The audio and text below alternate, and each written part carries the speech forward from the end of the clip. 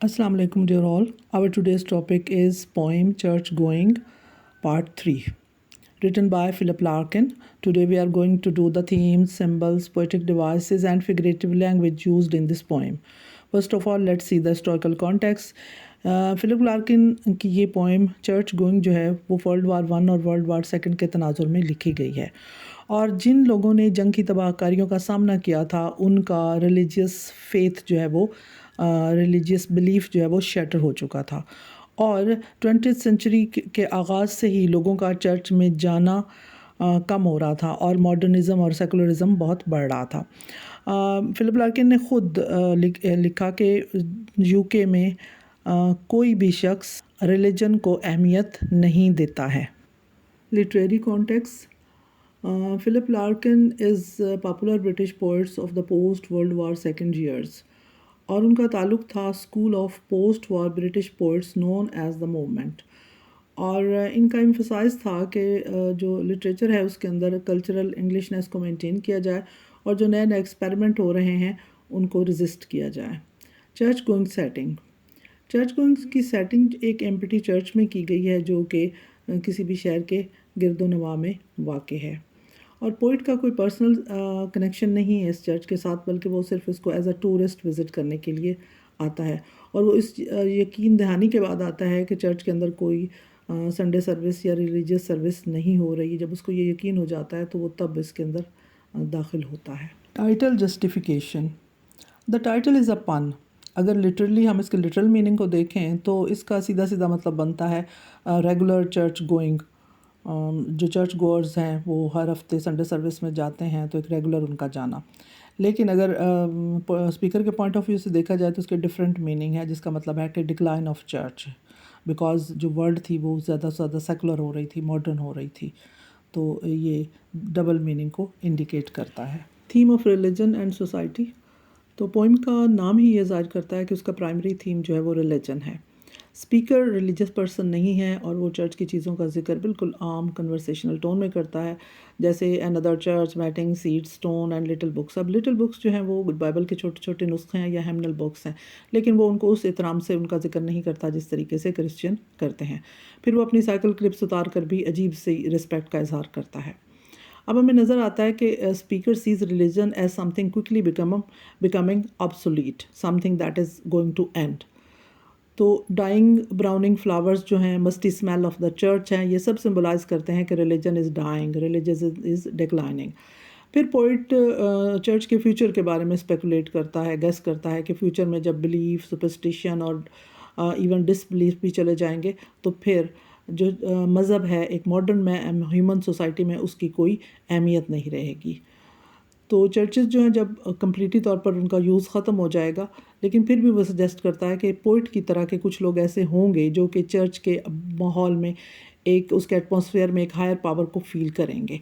और ये कौन से लोग होंगे? ये वो लोग होंगे जो ज़िंदगी में कुछ सीरियस करना चाहते हैं, बिकॉज जो रिलीजियस प्लेस क्या होती है? A serious house on serious earth it is. Theme of time and death.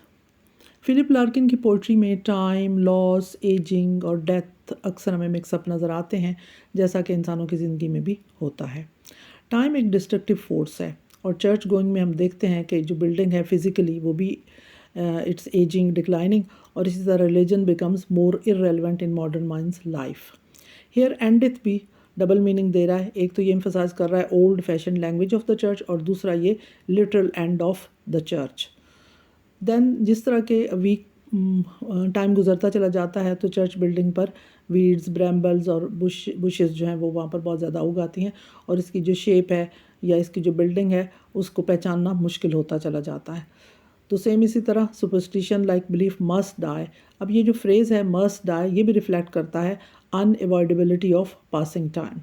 और स्पीकर का माइंड जो है वो डिक्लाइन ऑफ चर्च और रिलीजन से जंप करता है उसके अपने डिक्लाइन की तरफ जो कि डेथ है, और वो कंक्लूड करता है कि जो विजडम है वो मौत के बारे में सोचने से आता है। यानी जब हम मौत का तसव्वुर करते हैं, मौत को अपने करीब महसूस करते हैं तो हमारे अंदर अक्ल व दानिश पैदा होती है। Theme of spirituality, a serious hunger. Church going spirituality और रिलीजन के दरमियान एक क्लियर लाइन को ड्रॉ करती है। रिलीजन क्या है?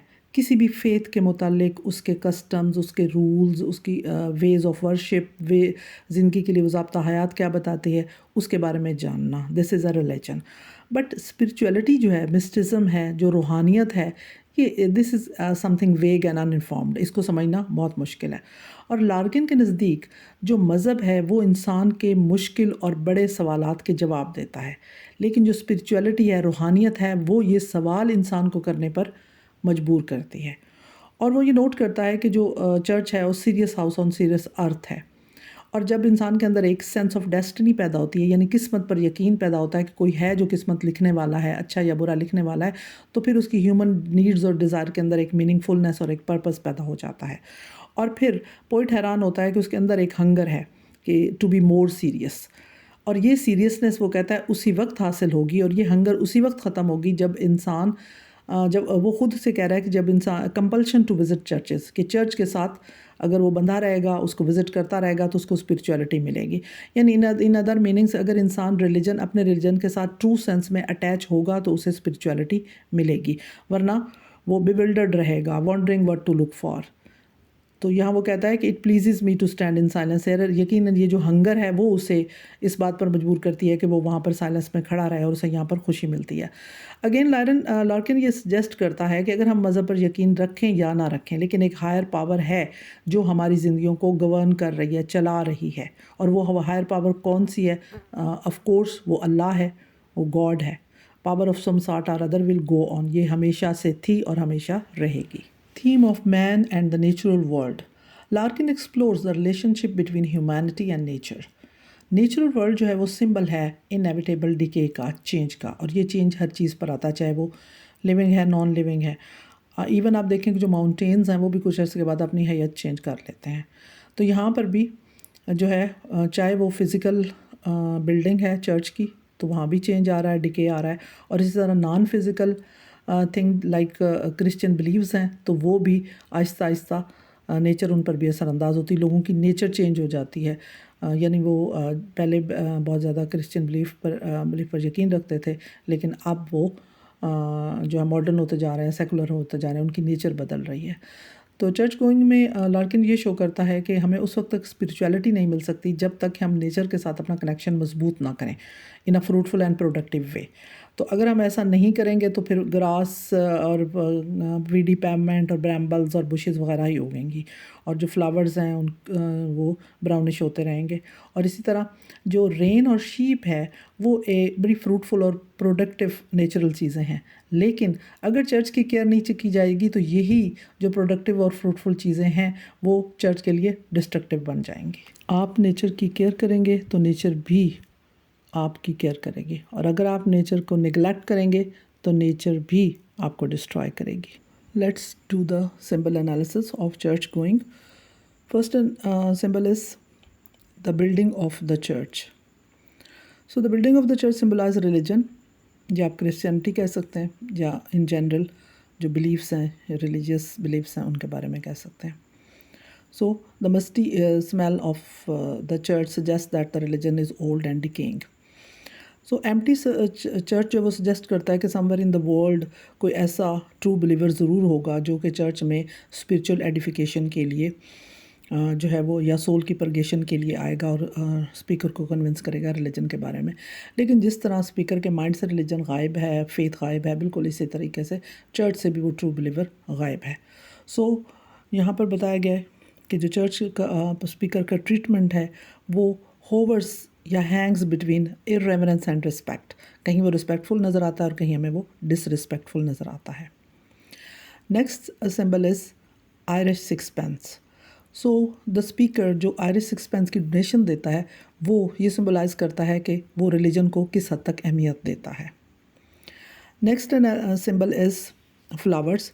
जिस तरह फ्लावर्स ब्यूटीफाई करने के लिए चर्च को इस्तेमाल किए जाते हैं, बिल्कुल इसी तरह स्पीकर के मुताबिक जो चर्च में आने वाले लोग हैं वो भी चर्च की या रिलीजन की जो रिचुअल्स में हिस्सा लेते हैं तो उसकी ब्यूटी में इजाफा करते हैं। तो जिस तरह फ्लावर्स जो हैं वो डिके कर रहे हैं तो symbol of decay of religion है। बिल्कुल इसी तरह जो चर्च में लोगों का ना आना ये भी इस तरह सिम्बलाइज करता है कि रिलीजियस बिलीव्स और प्रैक्टिस जो हैं that are fading and dying. Next symbol is weeds and brambles. Speaker imagine करता है कि जब चर्च का इस्तेमाल कम से कम होता चला जाएगा तो इसके अंदर घास फूस जड़ी बूटियाँ उग जाएंगी और इसकी पहचान करना मुश्किल होता चला जाएगा। So the image of overgrown church represents the natural and negative forces that makes church and human life a waste land. Next symbol is church stuff, यानी चर्च के अंदर जो होली थिंग्स हैं, जो रेलिक्स हैं, उनका जिक्र स्पीकर जो है वो बहुत ही ब्लंट और जोकी वे में करता है। So the speaker is starting off the poem by devaluing the objects into the church, inside the church, robbing them of any holy uniqueness. ठीक है, these artifacts come to symbolise the meaninglessness of religious structure. तो वो उनका जिक्र जो है बिल्कुल ही आम जैसे चीज़ों का जिक्र किया जाता है, इस तरह की करता है, उनको इस तरह से जिक्र नहीं किया जाता जैसे किसी पाक और मुतबर्रिक और होली चीज़ों का जिक्र किया जाता है। Next symbol is church goers. Speaker इस बात पर हैरान होता है कि वो आखिरी शख्स कौन होगा जो चर्च को विज़िट करेगा। क्या वो कोई स्पिरिचुअल एडिफिकेशन के लिए आएगा शख्स, या वो कोई आर्किटेक्चर एस्पेक्ट में दिलचस्पी रखने वाला होगा, या क्रिसमस एडिक्ट होगा। लेकिन वो इस बात को एडमिट करता है कि कहीं ना किसी दौर में ज़रूर ऐसे लोग होंगे जो ज़िंदगी में सीरियसनेस चाहेंगे और उनके नज़दीक ज़िंदगी में as eat drink and be merry Epicurean formula नहीं होगा, बल्कि वो चाहेंगे कि ज़िंदगी के अंदर कोई पर्पस हो, कोई सीरियसनेस हो। तो ये सीरियसनेस उन्हें चर्च की तरफ खींच लाएगी। नेचर इमेजरी, यहाँ पर नेचर इमेजरी का जो काफ़ी ज़्यादा ज़िक्र हुआ है, और नेचुरल इमेजरी का ज़िक्र इस वजह से हुआ है कि नेचर जो है वो इंसान की ज़िंदगी में एक मीनिंगफुल पर्पस लेकर आती है। आप देखें जैसे इस्लाम में बहुत ज़्यादा कहा जाता है कि ज़मीन और आसमान की तख्लीक पर तदब्बर और तफक्कुर करो, दरियाओं, समंदरों, पहाड़ों और जो दरख्त हैं, पौधे हैं, इन सब पर तदब्बर और तफक्कुर करो। तो ये जो थिंकिंग है, ये जो pointing over the natural objects है, ये इंसान को हायर मीनिंग देती है और एक हायर पावर का एहसास दिलाती है कि दुनिया में एक ऐसी हायर पावर मौजूद है जो इन सारी चीज़ों को रेगुलेट कर रही है। और यही जो सेंस ऑफ थिंकिंग है या यही जो तदब्बर है, ये इंसान के अंदर higher meaning and purpose of life पैदा करता है। अब हम चर्च गोइंग की पोइटिक डिवाइसेस को देख लेते हैं। The poem consist of 7 stanzas of 9 lines each and written in iambic pentameter. तो राइम स्कीम इसकी है AB CAD CD। ठीक है, जैसे हम नीचे देख सकते हैं, जैसे ऑन, स्टोन और ऑर्गन जो है ये AA है। लाइन नंबर 2 और 4 में शट और कट एक जैसी साउंड है, तो ये B हो गई। इसी तरह स्टफ़ एंड टेक ऑफ 5 और 8 लाइन जो है वो राइम है। सेम इस तरह साइलेंस और रेवरेंस सेम है। अब हम इसका एंजाइममेंट देख लेते हैं। एंजाइममेंट कहते हैं the continuation of a sentence or phrase from one line of poetry to the next. इसको रन ऑन सेंटेंस भी कहते हैं, यानी सेंटेंस के एक इनकम्प्लीट फ्रेज एंड पे दे दिया जाता है, तो जब तक अगला सेंटेंस उसके साथ ना पढ़े हमें उसकी समझ नहीं आती। Let's see, mounting the lectern, I peruse a few. अब आई परयूज अ फ्यू से हमें कोई समझ नहीं आ रही। मैंने चंद पढ़े, क्या चीज़ आगे आएगा, hectoring large scale verses and pronounce, कि मैंने यहाँ पर बड़े बड़े रूप में लिखी हुई वर्सेस पढ़ी। आगे अगेन दोबारा देखें, एंजाइममेंट एंड प्रोनाउंस, और ज़ोर से कहा। क्या कहा आगे में पता चल रहा है, हेयर एंड इथ का वर्ड बोला।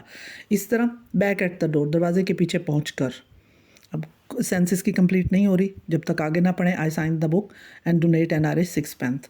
इस तरह इफ़ वी शैल कीप, ये भी एंजाइममेंट है।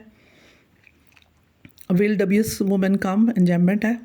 आई वंडर, मैं हैरान होकर सोचता हूँ, क्या सोचता हूँ आगे पता चलेगा। Will be the last, very last. To seek enjoyment है, वन ऑफ द क्रू, ये भी एंजाइममेंट है। Next we will see the use of alliteration.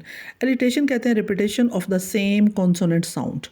यहाँ पर देखें सीड्स एंड स्टोन, ये एस का वर्ड लेटर यूज़ हुआ है जो कि स साउंड दे रहा है, और स साउंड जो है वो कॉन्सोनेंट साउंड है। संडे, सम, स्टफ़।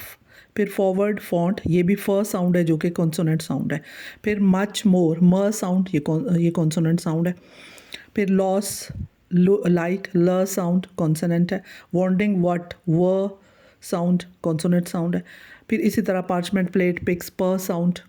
रेंट, रेस्ट, रेन, र साउंड, सिंपल्स, और some s sound, riddles, random r sound, brambles, buttress, b sound, suburb, scrubs, s sound, stand, silence, s sound, since, someone, surprising, s sound, hunger, himself, her sound, gravitating and grunt, g sound, was और wise, w sound. ये सारी consonant sound है तो जो एक succession में आ रही हैं, यानी साथ साथ आ रही हैं एक ही सेंटेंस में, तो this is called alliteration. Next है पैराडॉक्स. पैराडॉक्स कहते हैं सेल्फ कॉन्ट्रोडिक्टरी स्टेटमेंट को, और यहाँ पर हमें नज़र आ रहा है जस्ट शुरू में जो स्पीकर है वो कह रहा है अ टेंस मस्टी अनइग्नोरेबल साइलेंस, कि मुझे चर्च के अंदर एक परेशान कुन किस्म की नमी वाली, बू वाली, नाकाबिले बर्दाश्त किस्म की खामोशी यहाँ पर महसूस हो रही है. तो ये एक नेगेटिव उसकी टोन है यहाँ पर. आगे देखें लाइन 54 में वो कहता है it pleases me to stand in silence here, कि यहाँ पर खामोशी से खड़े होना मुझे अच्छा लगता है. तो ये कॉन्ट्राडिक्शन है उसकी, पहले में नेगेटिव उसको वहाँ फीलिंग आ रही है, यहाँ वो प्लेजेंट या पॉजिटिव फीलिंग को दे रहा है, तो this is called paradox. So tense को देख लेते हैं. चर्च गोइंग जो है वो प्रेजेंट टेंस में लिखी गई है with future tense use to speculate on possible future events, यानी चर्च में कौन आएगा फ्यूचर में. Here is the end of this critical analysis of Church Going. I hope कि आपको इसकी समझ आ गई होगी. जज़ाकल्लाह फॉर वॉचिंग.